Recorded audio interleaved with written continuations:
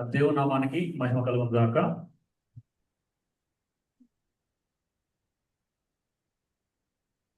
So Satan slides అనేటువంటి ఈ ప్రాముఖ్యమైనటువంటి అంశంలో మనం రెండో సెషన్లోకి వచ్చాము. సో ఇంకొక 2 పాయింట్స్ మనం నేర్చుకొని దాని తర్వాత కన్క్లూజన్ కూడా చూద్దాం. అంటే మన లైఫ్ లో ప్రత్యేకమైనటువంటి కొన్ని ఉదాహరణలు కూడా నేను చూడాలని ఆశపడతా ఉన్నాను. సో 10వ పాయింట్, సాతాన్ యొక్క 10వ లక్షణం, ఎనిమీ ఆఫ్ ద గాస్పెల్. అంటే సాతాను సువార్తకి శత్రువు, సువార్త కార్యము జరగకుండా ఆపడానికి ప్రయత్నం చేసేటువంటి ఒక భయంకరమైనటువంటి సువార్త విరోధి. చూడు, అందుకే ఈ రోజులలో వాస్తవం చెప్పాలంటే మనకు సువార్త లేదు అని చెప్పాలి ఒక రకంగా. అంటే నిజమైనటువంటి సువార్తను ప్రకటించకుండా సాతాను కుయుక్తులలో, సాతాను తంత్రాలలో అనేక మంది బోధకులు, అనేక మంది ఇవాంజలిస్ట్ పడడము ఇది చాలా బాధ కలిగించేటువంటి విషయం. ఎక్కడ చూసినా ప్రాస్పరిటీ బోధ, లేకపోతే హీలింగ్ ప్రీచర్స్, లేకపోతే ఫేక్ మూమెంట్స్ అని, అది అని ఇది అని రకరకాల బోధలు, విచ్చలవిడితనాన్ని మనం చూస్తా ఉన్నాం. విచ్చలవిడితనంగా రెచ్చిపోవడం మనం చూస్తా ఉన్నాం. హైదరాబాద్ లాంటి మెట్రోపాలిటన్ సిటీలో అయితే ఈ బోధకులకి అడ్డ వాస్తవం చెప్పాలి అని అంటే కాకినాడ, విజయవాడ, హైదరాబాద్, వైజాగ్, ఎంతమంది భయంకరంగా మన తెలుగు రాష్ట్రాలలో అసలు ఊహించలేనటువంటి మంది. ఈ మధ్యలో ఖమ్మం కూడా ఒక ప్రముఖ పట్టణంగా మారిపోయింది, వీటికి అడ్డగా మారిపోతా ఉంది.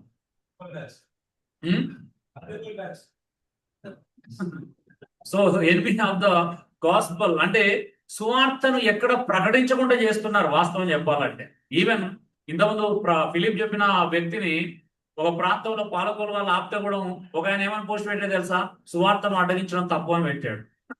ఆయన ఏం సువార్త ప్రకటించడం మనకు తెలియదు. మరి ఆయన ఎలా అది మరి అలాంటి వాళ్ళను రానివ్వకపోవడం కూడా అదొక సమస్యనే అన్నట్టుగా.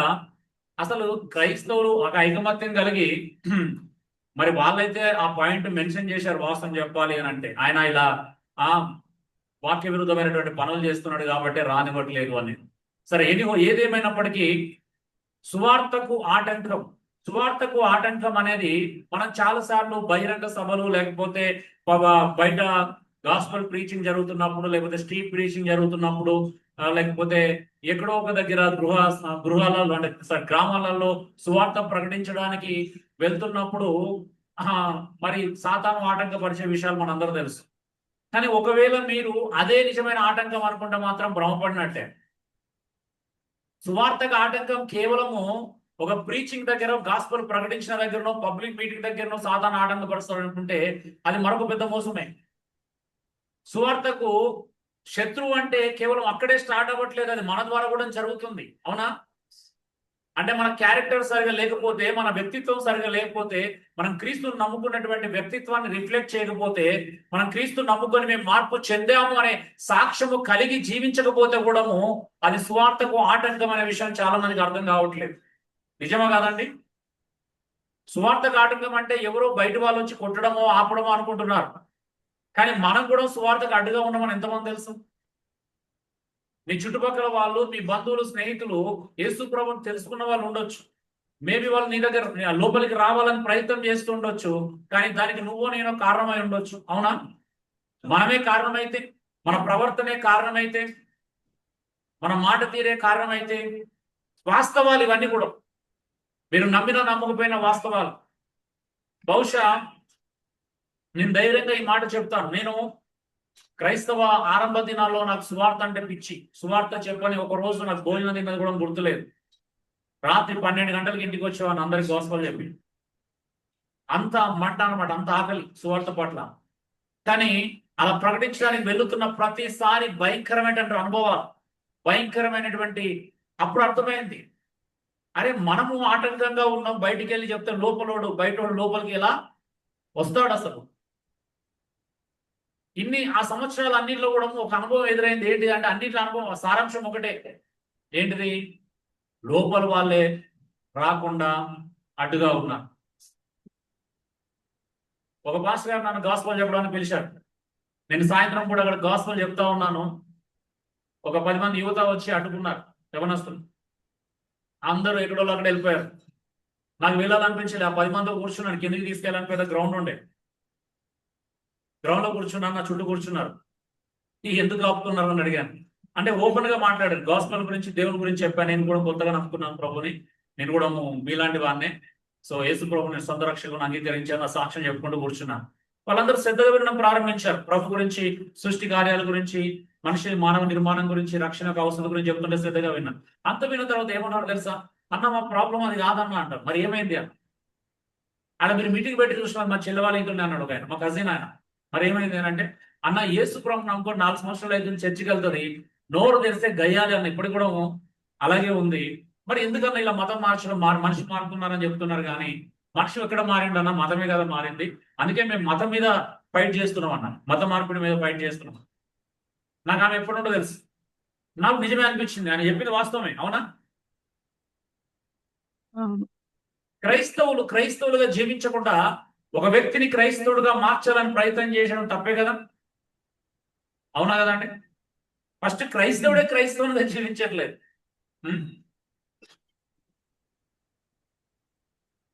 సో అందుకే ఈరోజు సువార్తకు శత్రువు ఎవరంటే మనమే. వాసన చెప్పుకున్నాడు, సాతాను శత్రువు, కానీ అసలు శత్రువు మన కూడా. ఎందుకంటే మనము బయటోటి లోపలికి అస్సలే రానివ్వడం లేదు. మన ప్రవర్తన ద్వారా, మన మాట తీరు ద్వారా, బయట వాళ్ళతో, చుట్టుపక్కల ఉన్న వారి మన కమ్యూనికేషన్ ద్వారా. అవునా? కనీసం కమ్యూనికేషన్ మన ప్రవర్తన చూస్తే వాళ్ళకి ఏమనిపించాలా? మంచిగా అనిపించాలి. అవునా? మనం బండి పార్క్ చేసే దగ్గరికి వెళ్ళి కూడా వాళ్ళు అబ్జర్వేషన్ చేస్తారండి. అవునా? మనం పైకి మెట్లు ఎక్కుతున్నప్పుడు కూడా అబ్జర్వేషన్ చేస్తారు, సౌండ్ చేసుకుంటూ ఎక్కుతున్నారా, ప్రశాంతంగా నార్మల్గా ఎక్కుతున్నారా అని. అవునా? నేను ఎందుకంటే అవన్నీ గమనించాను. నేను ఉండే గేటెడ్ కమ్యూనిటీలో, మీ అందరూ తెలుసు. అక్కడ ఎలా ఉంటుంది, చిన్న డిస్టర్బెన్స్ అయినా ప్రమాదం ఉంటుంది, ప్రాబ్లం ఏర్పడుతుంది. అంటే మన ప్రవర్తన సరిగా లేకపోతే, మన యాటిట్యూడ్ సరిగా లేకపోతే, మన యొక్క మాట తీరు సరిగా లేకపోతే, మనం క్రీస్తును మన ప్రవర్తన ద్వారా, మన క్యారెక్టర్ ద్వారా రిఫ్లెక్ట్ చేయకపోతే ఎందుకు వస్తారు చెప్పండి?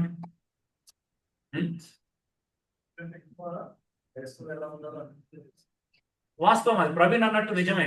క్రైస్తవులు ఎలా ఉండాలి అనేది క్రైస్తవుల కంటే అన్యులకు బాగా తెలుసు. వాళ్ళే చెప్తున్నాను. ఒక అన్యుడు ఫోన్ చేసి మీ క్రైస్తవుడు ఇలా ఉండొచ్చా అని అంటే అర్థం ఏంటిది? అలా ఉండకూడదని అన్యుకు తెలుసు అనమాట. అవునా? నిజమే కదా? ఒక ఊరికి నన్ను పెళ్లి చూపులకు తీసుకెళ్లారు. పెళ్లి మాట్లాడుకోవడం, చూపులు అయిపోయినట్టున్నాయి, బలవంతంగా తీసుకెళ్లారు. కూర్చున్నాను. కూర్చోగానే అక్కడ కట్న కానుకల విషయం ప్రస్తావన వచ్చింది. రాగానే ఒక చదువు లేని ముసలాడికి లేచి ఏమన్నా తెలుసు, అన్యురాలామే, అయ్యా మీరు క్రైస్తవులు కదా, కట్నం తీసుకోరేమో కదా, మళ్ళీ కట్నం అడుగుతున్నారు ఏంటి అన్నది. గాలి పోయిందా లేదా? సాక్ష్యం పోయిందా? ఉందా? ఆ ఒక్కటి అడగవచ్చు. ఊరంతా ఏమైంది అక్కడ వచ్చిన వాళ్ళందరికీ సువార్త గల చెప్పినా పని చేస్తుందా, పని చేయదా? మీరు చెప్పండి. సిగ్గు అనిపించింది, అరే నేను అనవసరంగా ఇక్కడికి వచ్చిన అనిపించింది. తెలియక అనుకున్నాను, భయం అయితే. అందుకే కొన్నిసార్లు పెళ్లిళ్ళు పేరంటాలంటే ఏం చేస్తారో తెలియదు. కూర్చున్నప్పుడు మనం ఇరికిస్తారు కొంతమంది. అవునా?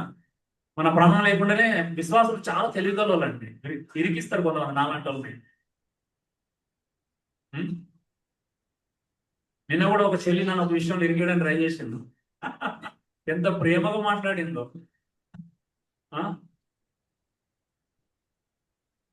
ఎంత మంచి పదజాలం ఉపయోగించిందో ఒక వ్యక్తికి షెల్టర్ ఇవ్వాలి అంటే. నిజంగా అంటే బాధలో ఉన్నాడు, కష్టాల్లో ఉన్నాడు, ఇప్పుడు నేను ఇవ్వాలి అని నేను అట్లా ఆలోచించాను. కానీ మనం దేవుని కృపను బట్టి తొందరగా వెళ్తుంది కదా లైట్ స్పార్క్. అందుకే వెంటనే కాలు వేరే దగ్గర చేశాను, ఉండమ్మా అని చెప్పేసి. సో కొంతమంది ఎమోషనల్గా వస్తారు అనమాట. అవును, అర్థం కాదు. అది ఎమోషన్ అనుకుంటాం కదా, ఎమోషన్ కాదు, అందులో మోషన్ వేరే ఉంటుంది.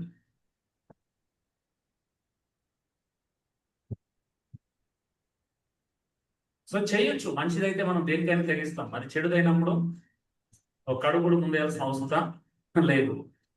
సో గాస్పల్ అనేది మనమే ఆటంకమండి. మా తమ్ముడు ఒకరోజు ఫోన్ చేశాడు, ఎక్కడి నుంచి ఉన్నాడు, ఒక ఫంక్షన్ హాల్ నుంచి. ఏమైంది రా? మా కజిన్, ఏంటన్నా మీ పాస్టర్ ఎలా ఉన్నారు అన్నారు. మా పాస్టర్లు ఎవరు? మా పాస్టర్లు అంటున్నాడు అంటే దాని అర్థమైంది మీలాంటి పాస్టర్లు అని వాడు చెప్పగానే చెప్తున్నాడు అనమాట. ఏమైంది అని అంటే, మా ఫ్రెండ్ వాళ్ళ తమ్ముని వాళ్ళ చెల్లె ఒక క్రిస్టియన్ అతను ప్రేమిస్తే ఈ అమ్మాయి మారడానికి ఇష్టపడినందుకు వాళ్ళు క్రిస్టియన్ మ్యారేజ్ ఒప్పుకున్నారు అనమాట. వీళ్ళు ఒప్పుకున్నారు, వీళ్ళన్నీ. అదే క్రిస్టియన్ మ్యారేజ్, అబ్బాయి క్రిస్టియన్, అమ్మాయి హిందూ. 20 మంది పాస్టర్లు వచ్చిరంట. భోజనాల దగ్గర మా తమ్ముళ్ళ ఫ్రెండ్స్ అందరూ ఉన్నారంట వడ్డించే దగ్గర. మటన్కి 4-5 సార్లు వచ్చారంట, ఇంకా ఇవ్వంటారంట. వాడికి కోపం వచ్చి నాకు ఫోన్ చేసిండు. ఇంత దరిద్రంగా ఉన్నారు ఏందన్న మీ పాస్టర్లు. ఇప్పుడు చెప్పండి వాడిని, నీకు అవసరం ఎలా చెప్తాను చెప్పండి, మీరే చెప్పండి. చెప్తారా? చెప్పనిస్తారా పోయాడు? మన మా బాబు విషయం వచ్చినప్పుడు వచ్చాడు, నా ముందు మాట్లాడడానికి ఇబ్బంది పడతాడు, కానీ ఇక ఎమోషనల్ విషయం కదా, వచ్చి స్టార్ట్ చేసిన అనమాట. అదేంటన్నా మీరు ఇంత ధైర్యంగా ఉండి మాకు ఆతిథ్యం ఇస్తున్నారు, మాకు ఏడుపు వస్తుంది. వాళ్ళు ఏడుస్తున్నారు వాస్తవం చెప్పాలంటే. మా అన్న మా తమ్ముడు అందరూ ఏడుస్తున్నారు, మేము ధైర్యంగా వంట చేసి పెడతా ఉన్నాం. లోపలికి వచ్చిండు, మేము ఏడుస్తున్నాం ఏందన్నా, మీకు ఏడుపు రావట్లేదా అంటే, అప్పుడు మళ్ళీ సందు దొరికిందని గోస్పల్ చెప్పాను అనమాట. నువ్వు చెప్పినప్పుడు చాలా బాగుంటదన్నా, నువ్వు వాక్యం ఉన్నది చాలా మంచిగా చెప్తున్నావు, కానీ బయటకు పోతే అలా లేదు అంటున్నాను. సో బయట పాడు చేశారండి. ఒక యవనస్తునికి ఏమో ఒక దగ్గర పరిచయం కలిస్తే, తమ్ముడు ప్రభు నమ్ముకొని గాస్పుల్ చెప్తుంటే ఆయన ఏమంటో తెలుసా, అన్న నేను ఆల్రెడీ నాకు సువార్త తెలుసు అన్నాడు. ఇంకేం తమ్ముడు మరి బ్యాప్టిజం తీసుకున్నావు అన్నా. లేదన్నా అన్నాడు. ఎందుకు అంటే, నేను మా పాస్టర్ గారిని ఒక పాస్టర్ గారిని బ్యాప్టిజం అంటే తన భార్యకి తనకి తన 2 పిల్లలకి కొత్త బట్టలు పెట్టమన్నాడు అన్న. నాకు చికాకేసి మానేసిన అన్న. వెళ్ళి నిజం చెప్తున్నాను, కొన్ని మాటలు పలకకూడదు కానీ రావు వాస్తవం చెప్పాలంటే. ఎంత కోపం వచ్చిందండి, ఇంత దరిద్రంగా ఉన్నారు ఏంద్రబాబు అనిపించింది. ఇలాంటి ఎన్ని అనుభవాలని చెప్తామని చెప్పండి, అవునా?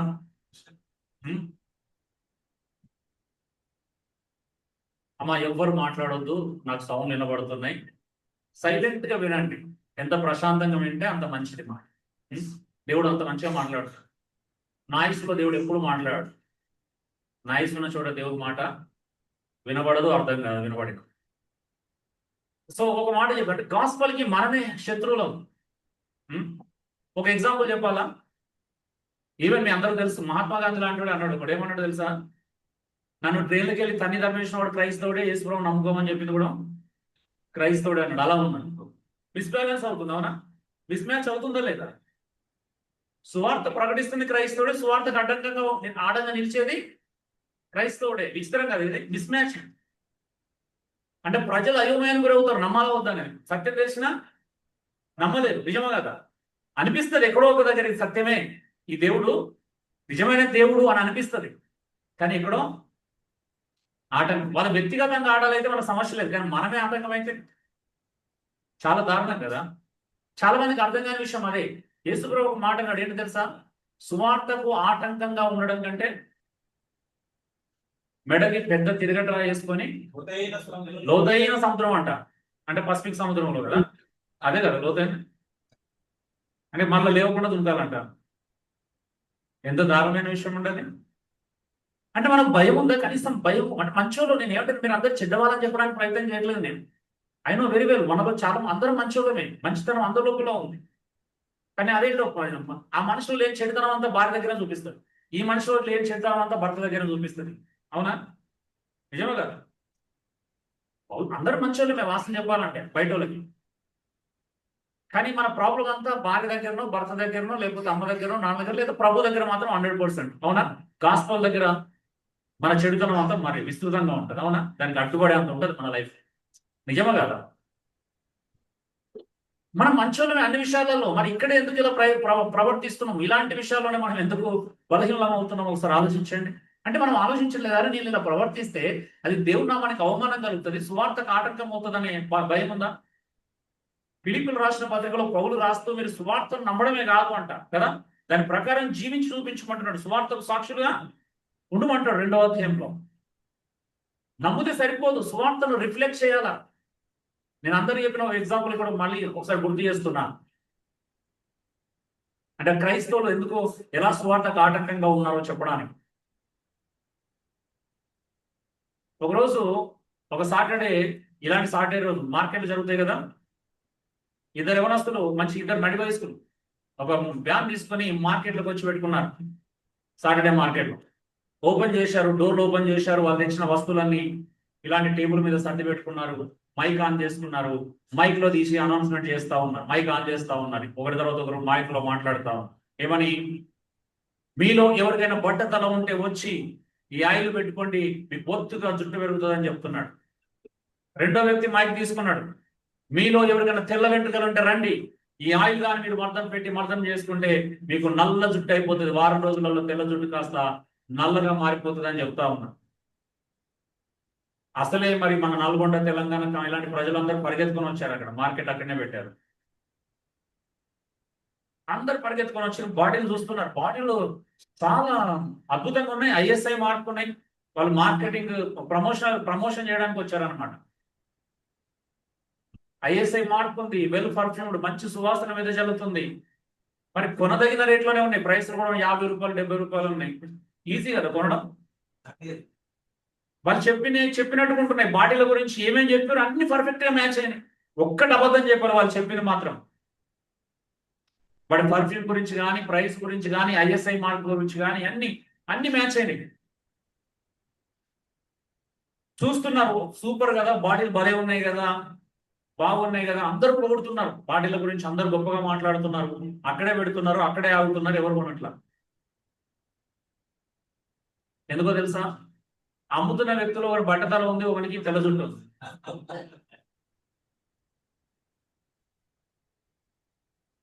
డౌట్ ఏంది ఇప్పుడు? వీళ్ళ తెల్ల జుట్టు అలాగే ఉంది, బట్టతల అలాగే ఉంది. ఇప్పుడు నేను పెట్టుకుంటే నాకు ఎట్లా మారుతుంది? ఈ క్రైస్తవులు నిలబడి రోజుల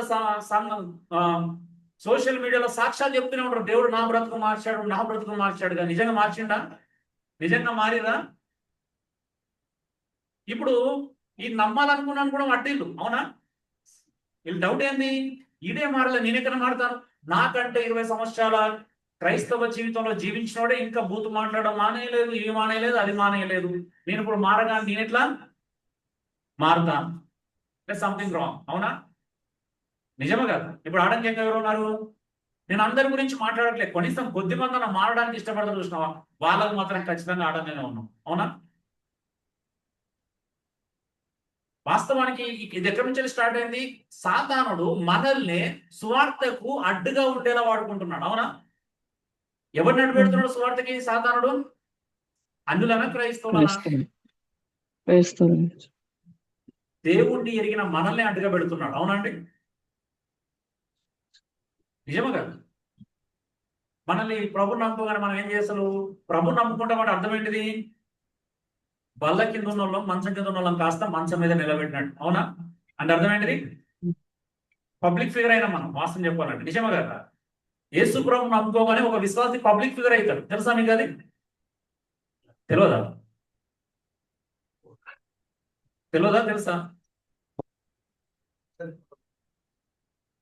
పబ్లిక్ ఫిగర్ అనగానే మన సెలబ్రిటీ హోదాలు ఊహించుకోకండి దయచేసి, మీతో పెద్ద ప్రాబ్లం కొన్ని పదజాలాలు వినిపిస్తే. అందరు స్టడీ చేస్తారు. అది ఎక్కడ స్టార్ట్ అయితే? ఫస్ట్ నువ్వు ప్రభు నమ్ముకోగానే ఎవరు తెలియపోయినా నీ ఫ్రెండ్ సర్కిల్ తెలుస్తుంది, అవునా? ఎవరు తెలియపోయినా మీ బంధువులు అందరు పబ్లిక్ అయినా కాలేదు. ఇప్పుడు ఇప్పటి వరకు నీ గురించి మాట్లాడుకున్న వాళ్ళందరూ నువ్వు యేసు ప్రభువుని తెలుసుకొని బాప్టిజం పొందిన వెంటనే కదా, నువ్వు రక్షించబడిన దినం నుంచి నీ గురించి మాట్లాడుకోవడం ప్రారంభిస్తారు, అవునా? మరి వారందరికి మనం ఎలా ఉంటున్నాం? టేబుల్ ఎక్కినాం కదా, ఇప్పుడు మంచం ఎక్కినాం కదా, వెలుకరంగా ఉంటున్నాం మరి. అదే కదా, బయటికి తెలిసిపోయింది మనం నమ్ముకున్నామని. ఇప్పుడు మన బంధువులు, మన స్నేహితులు మనం చూసి ఏమనుకుంటారండి? మన పరిస్థితి ఎలా ఉంది అని అంటే, మనం క్రైస్తవులుగా పేరు మార్చుకున్నాం కానీ క్రీస్తులాగా క్రీస్తు లాంటి బ్రతుకు మార్చుకోలేదు ఇంకా, అది మాత్రం వాస్తవం, అవునా? పేరు మార్చుకున్నాం అంతే. నేను గర్వంగా చెప్తా, కొంతమంది అయితే నేను క్రైస్తవుని తెలుసా ఇక్కడ నుంచి వెళ్ళి. అయితే ఏంది, ఏం జరిగింది ఇంతకీ? సో క్రైస్తవుడు అయితే చూపించు, నువ్వు క్రైస్తవుడు అని నిరూపించు. ఎస్, నేను క్రైస్తవుని అని నిరూపించు. నీ ప్రవర్తన ద్వారా, నీ వ్యక్తిత్వం ద్వారా, నీ కండక్ట్, నీ క్యారెక్టర్ ద్వారా నువ్వు నిజంగా క్రైస్తవుడు అని చూపించు నీ ఇంట్లో వాళ్ళకి, అవునా? చెప్పు, అమ్మా ఇంతకుముందు నీ మాట వినకపోయేవాడిని, అమ్మా నాన్న ఏదైనా చెప్తే నేను ఎదురు తిరిగేవాడిని కదా, నువ్వు యేసుప్రభు నమ్ముకున్నాను, ఇక్కడ నుంచి అందుకే నేను చెప్పిన వెంటనే చేస్తున్నానని చెప్పగలుగుతాను. వచ్చింది ఆ మార్గం? రాలే కదా? ఇంట్లో చూపించిన మార్పు. అమ్మ నేను ఈ రోజు తిరిగిపోతున్నాయి, కానీ ఇప్పుడు యేసుప్రభు అమ్ముకున్నాను మంచివాడిని, అందుకే నువ్వు చెప్పిన వెంటనే నేను చేస్తున్నాను అని చెప్పగలిగినావా? క్యారెక్టర్ కూడా చూపించగలిగావా? అంటే అప్పుడు తల్లిదండ్రులు కూడా అర్థం కాదు, వీడు యేసు ఇంతమంది గాలి తిరిగాడు, యేసుప్రభులో కూడా మంచివాడేండు అనేది అర్థమైందా? బంధువులకు అర్థమైందా? స్నేహితులకు అర్థమైందా? వీడు ఒకప్పుడు బట్టి తాగుబోతు, భయంకరంగా తిరిగిపోతు, కానీ యేసుప్రభుని అనుకొని ఇవన్నీ ఏం మానేసాడు, మంచిగా అయిండు, పని చేసుకొని భార్య పిల్లలు పోషిస్తున్నాడు అని అర్థమైందా? ఒకప్పుడు వీడు ఊరంతా తిరిగి అప్పులు చేసేవాడు, ఇప్పుడు యేసుప్రభుని అనుకొని అప్పులు మానేసిండు, 100-200 సంపాదించుకొని తను తాను తింటున్నాడు, కానీ ఎవరిని ఇబ్బంది పెట్టట్లేదని అర్థమైందా? ఎక్కడ చూపిస్తున్నామంటే స్వార్థకు మనమే శత్రువుగా, సాతాను మనల్నే వాడుకుంటున్నాడు. ఏదో అలెగ్జాండర్ స్టోరీ జరిగినట్టుంది మన పరిస్థితి. అది అది కావాలి ఈరోజు. ఒకడంటే యుద్ధంలోకి వెళ్ళి పారిపోయి వస్తున్నాడంట. పారిపోయి వస్తుంటే అలెగ్జాండర్కి ఎదురైందంట పారిపోయొచ్చు సైనికుడు. ఎవరు సైనికుడు అతను? అలెగ్జాండర్ సైనికుడే. ఎదురుపడదని అడిగిందంట, ఎవరు అంటే, సార్ నేను సైన్యంలో సైనికుడిని అండి. ఎందుకు పారిపోతున్నావు అన్నాడు. భయమైంది సార్ అన్నాడు. అసలు ఏం పేరు నీ పేరు అన్నాడు. నా పేరు అలెగ్జాండర్ సార్ అన్నాడు అంటాడు. ఎలా ఉంటుంది అలెగ్జాండర్ అప్పుడు? వెంటనే అదే పేరన్న మార్చుకోలేదంటే వెళ్ళి యుద్ధం అన్న చేయండి. అయితే క్రైస్తవుడు అని పేరన్న మార్చుకోండి, లేకపోతే క్రైస్తవుడిగా జీవించడం మనం ప్రారంభించాలి. రెండు చేయాలంటే కుదరదు. అవునా? క్రైస్తవులను పేరు పెట్టుకున్నందుకు క్రైస్తవులుగా బ్రతుకుతాం, లేదంటే పేరన్న మార్చుకోం. బయట చెప్పండి క్రైస్తవులు కాదని చెప్పుకున్నాం. ఉందా పోనీ ధైర్యం ఉందా మనం క్రైస్తవులు కాదని చెప్పుకున్న ధైర్యం ఉందా మనకి? ఉందా ఎవరికైనా? లేదు. లేనప్పుడు ఏం చేయాలా? బ్రతి చూపించాలి. నేను క్రైస్తవునే, నా లైఫ్ చూడు. నాకు తెలుసు ఈరోజు మీరు ఇంటికి వెళ్ళగానే భార్యలందరూ కూడా ఛాలెంజింగ్గా భర్తకు లోబడి మేము క్రైస్తవులు, మీకు యేసుప్రభు వాక్యానికి లోబడి నీకు లోబడుతున్నామని చూపిస్తారు. భర్తలు కూడా ఈ రోజు ఇంటికి వెళ్ళగానే ఫస్ట్ భార్యను ఎన్నడూ లేనంత ఈ రోజు ప్రేమించడం ప్రారంభిస్తారు కదా. నేనైతే నమ్ముతున్నాను మరి జరుగుతుందండి ఈరోజు ప్రాక్టికల్. మారని వాళ్ళ ఇంటికి వెళ్ళారు, ఇక్కడిక్కడే తిరుగుతారు. మారే వాళ్ళు ఇప్పుడు ఎదురు చూస్తారు, ఎప్పుడు క్లాస్ అయిపోతుందో, ఎప్పుడు సెమినార్ అయిపోతే ఇంటికి వెళ్దామా, ఎప్పుడు భార్యను ప్రేమించుదామా, ఎప్పుడు భర్తకు నా మాట విని లోబడి చూపించుదామని ఇప్పుడు ఎదురు చూస్తూ ఉంటారు మారే వాళ్ళు.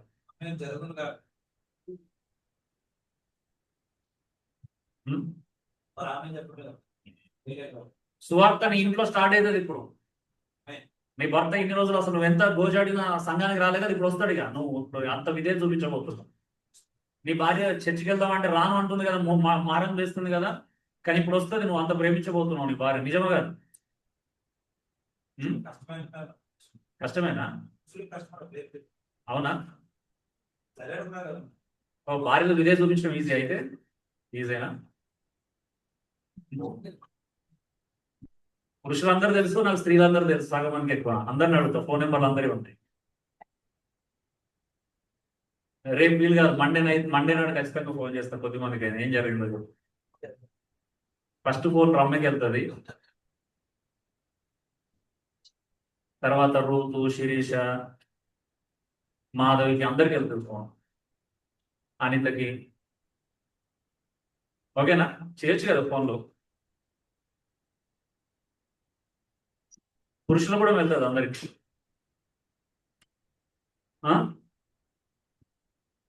అవునా? రోజు బాగా సంతోషం అవుతుంది, ఇజ్రాయెల్ బాగా మారిందంట.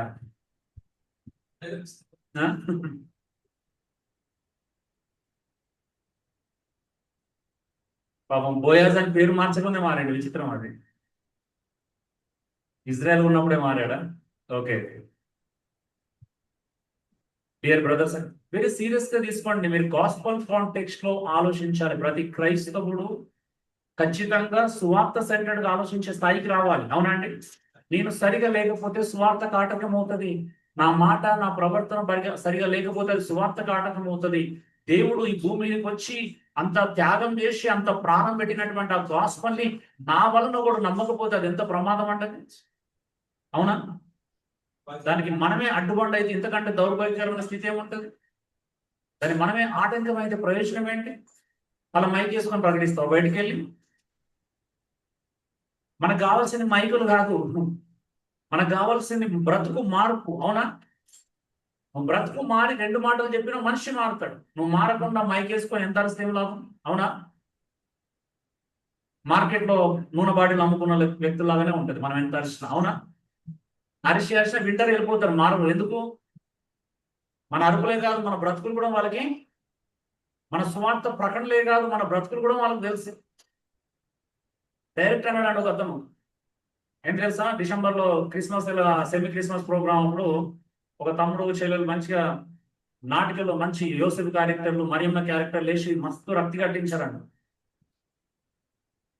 బయటకు వచ్చి ఎట్లుంది అని అడిగితే వాళ్ళు పిలిచిన ఒక అన్యుడు ఏమన్నాడు తెలుసా, ఇక్కడ మాత్రం పరిశుద్ధుల నాటకాలు బాగా చేస్తారు, మీ బ్రతుకు మాకు తెలియదు అన్నారు. ఇప్పుడు నాటకం ఫలించిందా? నాటకంతో మనుషులను మార్చవచ్చా? ప్రజలు ఏం చూస్తారండి? బ్రతుకులే చూస్తారు. అవునా?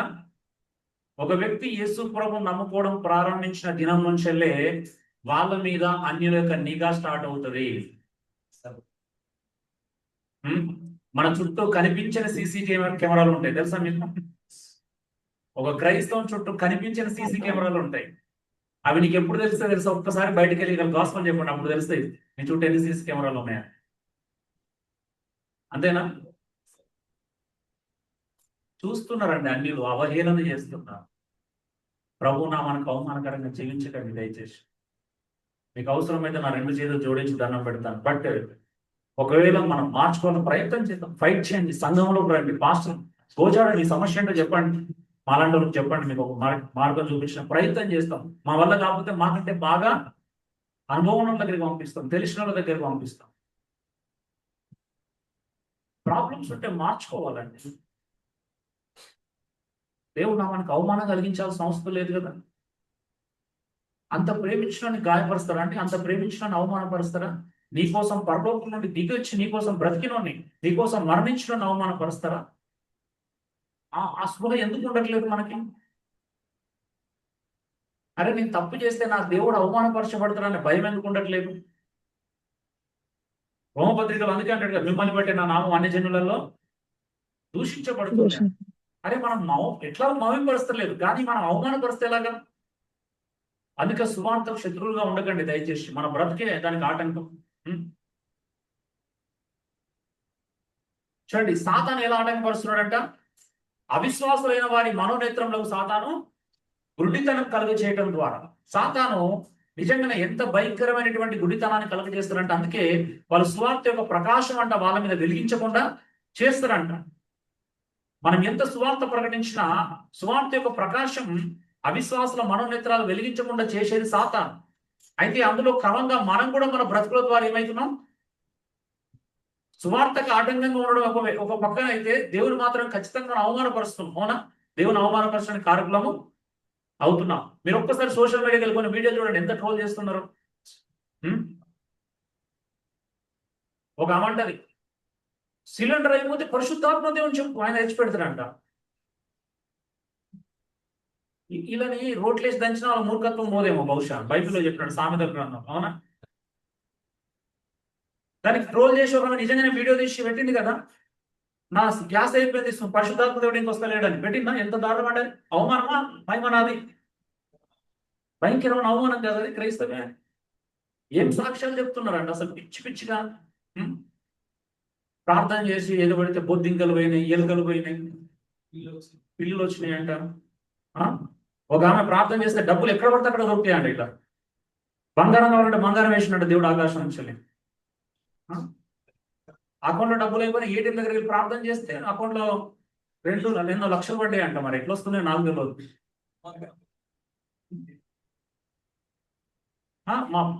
మాకు ఎందుకు బాధ తెలుసా? మా హిందూ గ్రూపులు అంటే ఫ్యామిలీ గ్రూప్లో కూడా ఇలాంటి ట్రోల్ చేస్తూ క్రైస్తవులు ఎలా ఉన్నారని. ఒక ఆమంటే చీపురు ఎలా పట్టుకోలే చెప్తారంట దేవుడు, కదిపోకుండా చేయి. అంత ప్రేమ అంటే దేవుడికి ఏమంటే.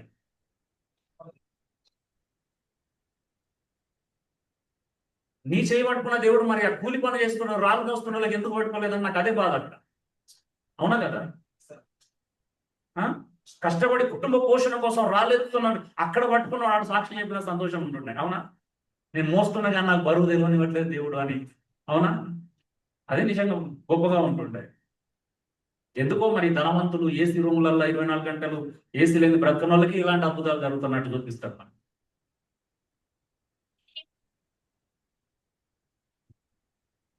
వీళ్ళ వలన అవిశ్వాసులు ఎంత ట్రోల్ చేస్తున్నారు, అన్యులు గేలి చేస్తున్నారు, ఆడుకుంటున్నారు. అవునా? చదవకుండా ఎగ్జామ్ రాయిస్తారంట దేవుడు. సంవత్సరం అంతా కష్టపడకపోయినా మూడు రోజుల ముందు అమ్మను వంద చదివితే టైం వేస్ట్ అవుతుంది, పుస్తకం దేవుడు తిరిగేసి 1000 పేజీలో ఇది ఆన్సర్ ఉంటుంది, 1000 పేజీలు ఈ క్వశ్చన్ వస్తుందని చూపిస్తుంది. ఇక ఇలాంటివి వింటే అయినా ఎంజాయ్ కదా మనకి, ఇలాంటివే ఇష్టం మనం. నిజమా కదా? వావ్ అంటాం మనం కూడా, కింద ఆమె టైప్ చేస్తాం మనం కూడా. మనకు లాజికల్ మైండ్ పనిచేయదు, అందుకే వాక్యం అవసరం లేదు. ఆల్రెడీ సాతాను అవిశ్వాసమైన మనోనేత్రాలు గుడ్డితనం కలగజేసాడు. ఆ గుడ్డితనంలో ఈ దరిద్ర గుడ్డితనం ఒకటి మళ్ళీ. అవునా? ఆల్రెడీ గుడ్డితనం కలగజేస్తున్నాడు, సరిపోలే మళ్ళీ మనందరం వచ్చి దాన్ని అది చేయాలి ఇంకా. అవునా? అలా ఉంది పరిస్థితి. అందుకే చెప్పిన మీకు సాతాను తంత్రాలు అర్థం కావట్లేదు, అందుకే అన్నాను ఇవన్నీ అవే. అవునా? ఈ తంత్రాలు మీకు అర్థం కాక అది కూడా అద్భుతం అనుకుంటున్నారు, దేవుని కార్యాలు అనుకుంటున్నారు. అవునా?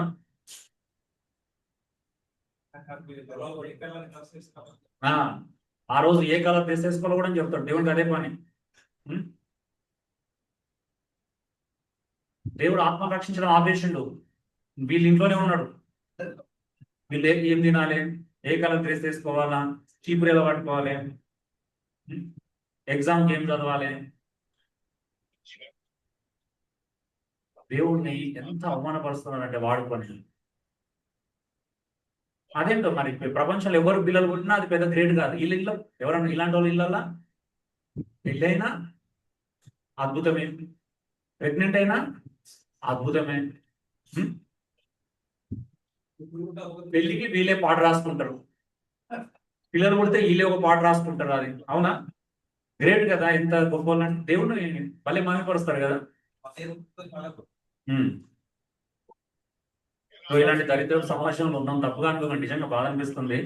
అంటే మనం ఏం చేస్తున్నాం అంటే మనం కూడా ఇలాంటి సమాజంలో సువార్తకు వాళ్ళతో పాటు మనం ఆటంకంగా నిలుస్తున్నాం. అవునా? సాతాను ఎలాగో అవిశ్వాసమైన మానవనేతర వాళ్ళు గుడ్డిగతనం కలుగజేసి సువార్త యొక్క ప్రకాశమానం వాళ్ళ మనసులను తాకుండా చేస్తున్నాడు. మనము మరి ఆ చీకట్లను తొలగించి వెలుగును చూపించడానికి బదులు మనం కూడా ఇంకా చీకటి తెరలను కడతనే ఉన్నాం. అవునా? కొంతమంది కట్టకపోయినా కట్టే వాళ్ళకు సపోర్ట్ చేస్తున్నారు. విచిత్రం ఏంటంటే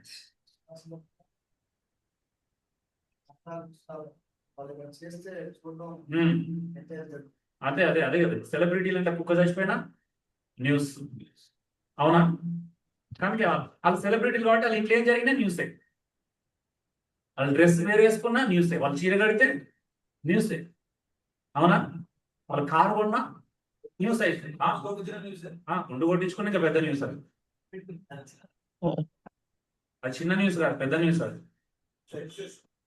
అది గిన్నీస్ రికార్డ్ ఎక్కించాల్సింది, కానీ ఆ రోజు వాళ్ళు బిజీ ఉండి రాలేకపోయినట్టున్నారు.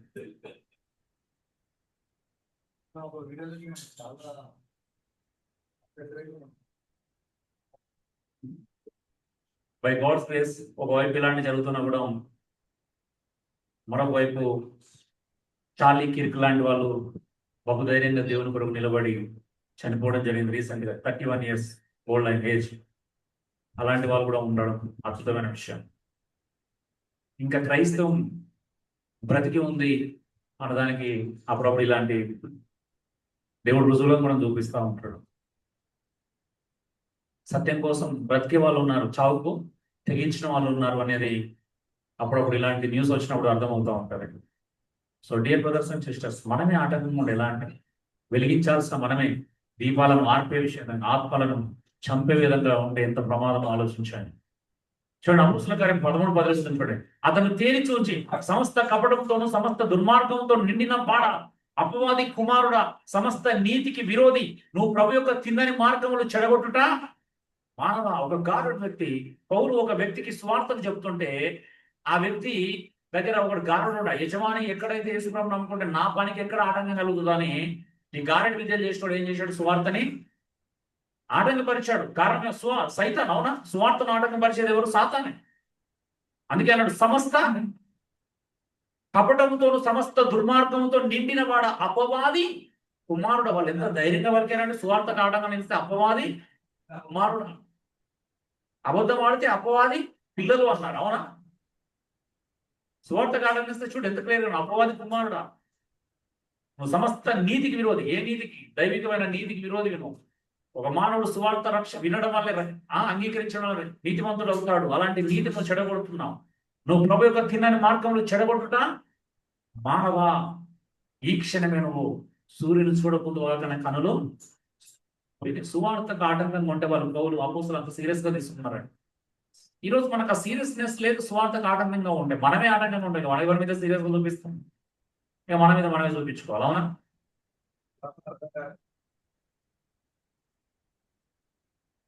చివరి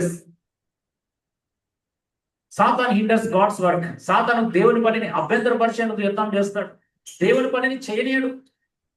మనం ఈజీగా ఓడిపోతా ఉంటాం మన తంత్రాలలో పడి.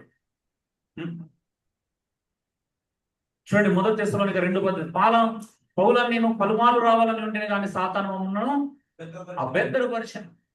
సాతాను దేవుడి పనులను ఆటంకపరుస్తాడు. కొన్నిసార్లు వెళ్ళాల్సిన చోటుకి వెళ్ళనివ్వడు. అవునా? వెళ్ళాలనుకున్న చోటుకి వెళ్ళనివ్వడు. అవి మేము మా లైఫ్ లో చాలా చూస్తూనే ఉన్నాం. అనారోగ్యంతోనో ఆర్థిక ఇబ్బందులతోనో ఏదో రకంగా ఆటంకపరుస్తూ ఉంటాడు. అవునా?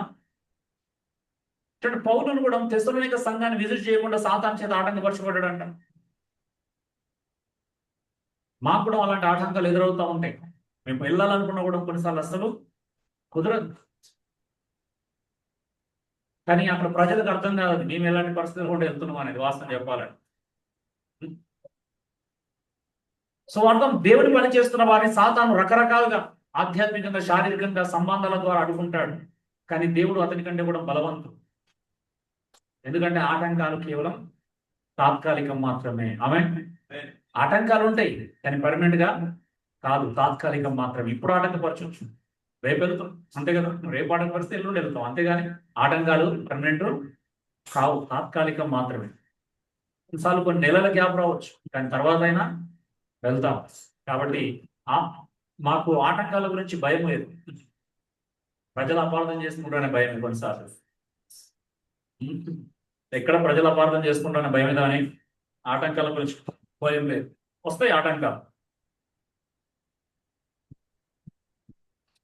చూడండి, సాతాను పన్నాగాలు అనిపెట్టి మనసును ప్రభావితం చేయడం, కామంతో మోసగించడం, సందేహం కలిగించడం, దేవుడి మాటను తక్కువ చేయించడం మొదలైనవి. కనుక దేవుడి యుద్ధాయుధాన్ని ధరించి అతని పన్నాగంలోకి ఎదురుగా నిలబడాలి. అందుకే సర్వాంగ కవచం గురించి మనం పత్రికలో, ఎఫెసు పత్రిక ఆరోగ్యంలో చూస్తాం. అవునా? చాలా మంది క్రైస్తవులు ఎందుకు ఓడిపోతున్నారంటే, వాస్తవం చెప్పాలంటే సర్వాంగ కవచాన్ని ధరించలేదు కాబట్టి. నువ్వు సర్వాంగ కవచాన్ని ధరించడం చూడండి, ఎక్కడ ఓడిపోవడం మీకు తెలియదు, కనిపించదు. ఎందుకంటే సర్వాంగ కవచం ధరించడానికి ఓడిపోవాల్సిన అవసరం ఉండదు, ఓడిపోవడానికి అవకాశాలు చాలా తక్కువ. అవునా? ఏంటి అవి? సమాధాన సువార్త వలన సిద్ధ మనసును జోడు కదా, వాక్యం అనేటువంటి ఆత్మ ఖడ్గం, రక్షణ అనే స్థిరస్థానం. చూడండి, ఇవన్నీ ధరించినోడు ఓడిపోతాడా అండి? ఇవి లేవు కాబట్టి ఓడిపోతున్నాం మనం. వాక్యం అనే ఆత్మ ఖడ్గాన్ని ధరించారు అందరూ. వాక్యం లేకపోతే ఓడిపోతాం. అవునా? వాడి తంత్రాలకు ఈజీగా పడిపోతాం. ఇలా వస్తుందంటే ఇది సాధారణ తంత్రం మనం గ్రహించలేము. అవునా? వాక్యం తెలిస్తే 100% ఇది సాధారణ తంత్రమే అని గ్రహిస్తాం.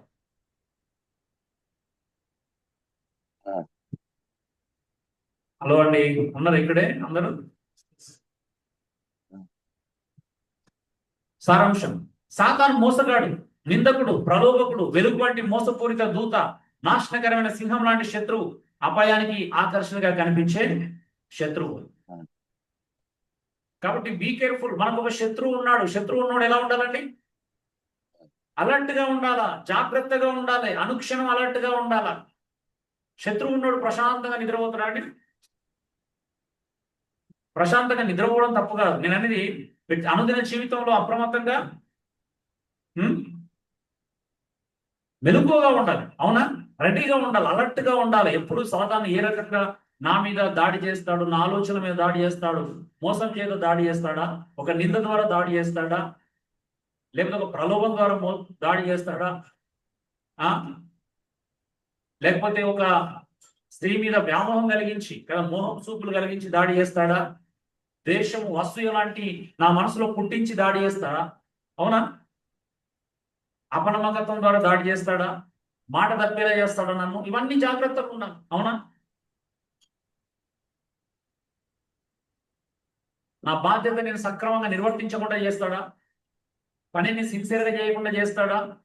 ఏదో రకంగా మన మీద దాడి చేస్తూనే ఉంటాడు, దాడి చేస్తూనే ఉంటాడు. మనకేం కావాలంటే అర్థం కాదు కొన్నిసార్లు.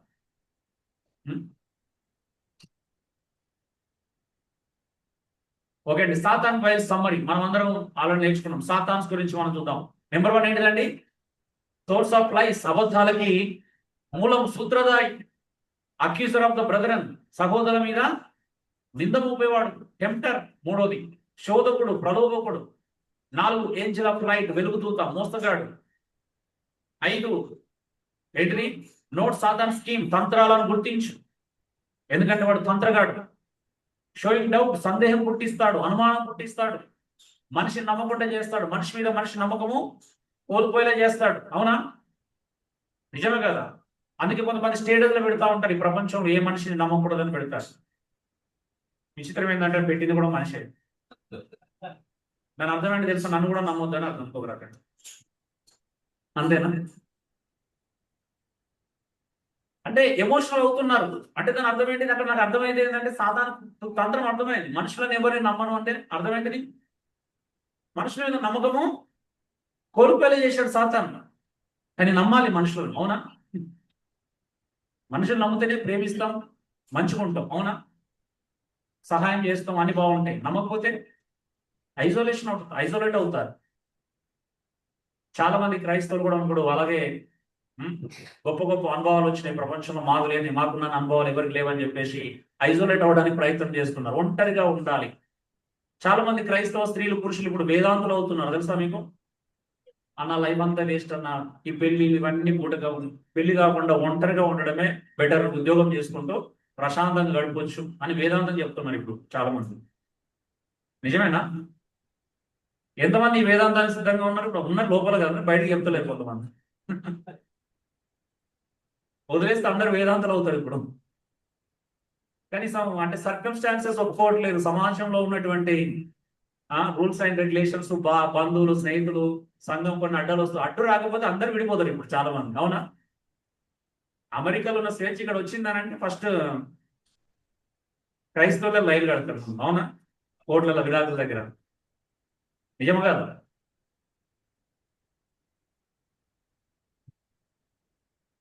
చూడండి, సందేహం పుట్టించేవాడు. సో వైఫ్స్ యొక్క అక్రాస్టిక్, వికెట్ రోరింగ్ లైన్, గర్జన్ సింహం, దుష్టుడైనటువంటి గర్జన్ సింహం సాతాను. ఇన్విజిబుల్ థీఫ్, అదృశ్య దొంగ, మన ఆత్మలను దొంగిలించడానికి ప్రయత్నం చేస్తున్నాడు.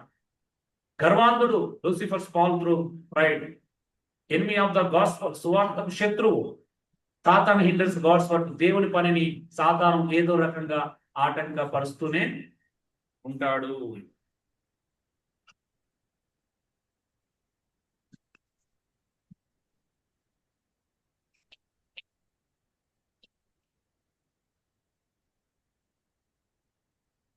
సో సాతాను కొన్నిసార్లు నీ మనసులోనంట డివైజ్ ఏంటంటే putting a false idea in your mind like God doesn't love you.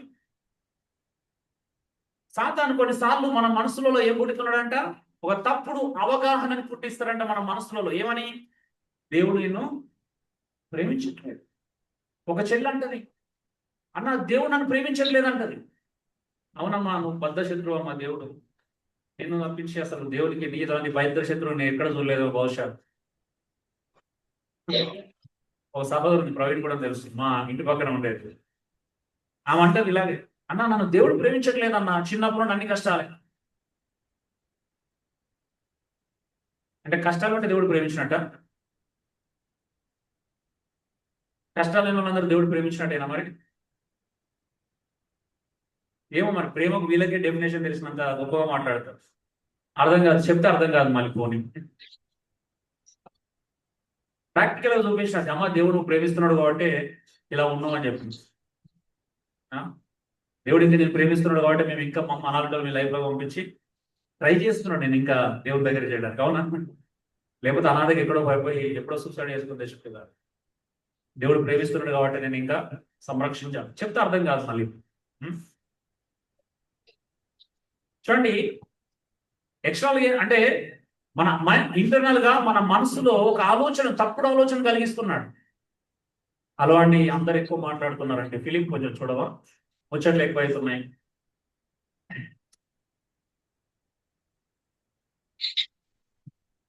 So రెండోది, sending someone into life to tempt or distract you. Extra trick ఎలా ఉంటది అని అంటే, నీ లైఫ్ లో ఎవరినో ఒకరిని ఏదో రకంగా పంపించి అది చేస్తాడు. రెండు రకాలుగా సాధారణమైన తంత్రాలు ఉంటాయి. ఒకటి ఏంటిది, ఒక తప్పుడు ఆలోచనలు మన మనసు మీద ప్రభావితం చేసేలా చేయడం. చాలా మంది తప్పుడు ఆలోచనలు గురవుతున్నారు, అవునా? నీ భర్తకు నువ్వంటే ప్రేమ లేదు, నీ భర్త నిన్ను ప్రేమించట్లేదు, నీ భార్యని నీకు అసలు నువ్వంటే ఇష్టం లేదు, నువ్వు నాశనం కావాలని చూస్తుంది. ఇట్లా తప్పుడు ఆలోచనలు మన మైండ్ లో ఫస్ట్ సెట్ చేస్తాడు, అవునా? అవి నమ్ముతాం మనం నిజమని, నమ్మి దాన్ని తగినట్టుగానే ఆలోచిస్తాం. నిజమే కదా అనిపిస్తుంది మనకు కూడా, అవునా? ఒకనొక కోణంలో ఏమనిపిస్తుంది, అది నిజమే కదా అని అనిపిస్తుంది. అలా అంత భయంకరమైన తప్పుడు ఆలోచనలు కొట్టేస్తారు. లేదా ఒక మనిషిని నీ జీవితంలో పంపిస్తాడు నేను అటెంప్ట్ చేయడానికి, నేను తప్పుదో పట్టించడానికి. లేకపోతే నీ ఇంట్లోనే పంపిస్తాడు. అవునా, నిజమా? నీ భర్త అలా అన్నాడా, ఇలా అన్నాడా, అవునా? మరి అలాంటి వాళ్ళని కాపురం చేయడం ఇంకా విడాకులు ఇచ్చేయాలని అంటారు వెంటనే, అవునా? అలా పంపిస్తారు అనమాట. వీళ్ళు అనగానే, అబ్బా నాకు మంచి ఫ్యామిలీ సపోర్ట్ దొరికింది, ఫ్రెండ్స్ సపోర్ట్ దొరికింది, ఇంకెందుకు ఇంకొక అడుగు ముందుకు వెళ్ళాలనుకుంటారు వీళ్ళు. నిజమా కాదు? లేకపోతే భర్తకు వేరే వ్యక్తి ద్వారా తప్పుడు ఆలోచన వస్తుంది, మరొక వ్యక్తిని పంపించి తప్పుడు ఆలోచన కలిగించవచ్చు. నీ భర్తను, నీ భార్య అలా అన్నదా నేను, ఇంకెందుకు మరి అంత మాట అన్న తర్వాత, అంత మాట అన్నదా, అంత మాట అన్న తర్వాత నువ్వు ఎందుకు కలిసి ఉంటావు? రీజనే లేదు అసలు, అవసరమే లేదు అని అలా ఇవ్వడానికి చెప్పిండు అనుకో, ఏమవుతుంది? చూసినావా, నా పక్షంగా న్యాయం ఉంది, నా ఫ్రెండ్ కూడా నాకు సపోర్ట్ చేస్తున్నాడు అనుకో, ఎవరి న్యాయం వాళ్ళకు ఉంటుంది. విచిత్రమైనది. కానీ ఫైనల్ గా వాళ్ళిద్దరే అన్యాయం అయిపోతారని మాత్రం అర్థం కాదు. ఇలా ఏ ఆలోచన పడితే ఆలోచన, ఎవరిని పడితే వాళ్ళని నమ్మి మీ జీవితాలను పాడు చేసుకోవద్దు దయచేసి. దేవుడు నమ్మండి. ఫస్ట్ మీ ప్రాబ్లం ఏంటో తెలుసా? మీ అందరి జీవితంలో ఒకటే సమస్య అండి, దేవుడిని తక్కువగా ప్రేమించడం. అవునా? మీ కుటుంబాల సమస్యల కారణం మీకు దేవుడు తక్కువగా ప్రేమించడం. అసలు మీకు దేవుడు అంటే ఇష్టమే లేదు. వాస్తవం చెప్పాలంటే మీకు సహవాసమే ఇష్టం లేదు కొంతమందికి. కొందరు బ్రతిమలాడుకోవాలి ప్రతి వారం, అమ్మ రామ్మ వస్తే మంచిదమ్మా అని ఎవరో ఒకరు బ్రతిమలాడుకొని 10 సార్లు ఫోన్ చేస్తే కానీ కదలదు మన కాలం, అవునా?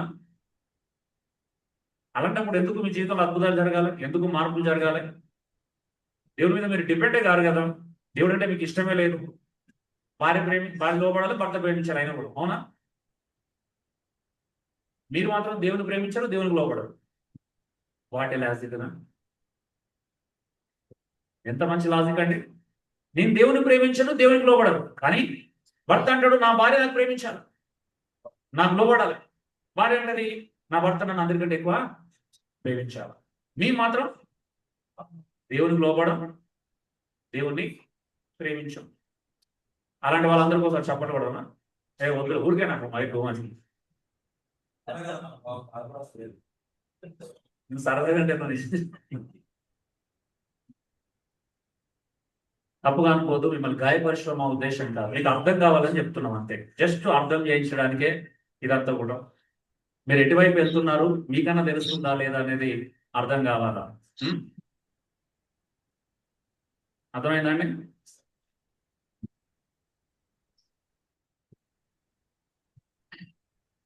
So thank you, God bless you all. ఇంతటితో సాతాన్స్ వాయిస్ అనేటువంటి ఒక అంశము పూర్తయింది మనకి.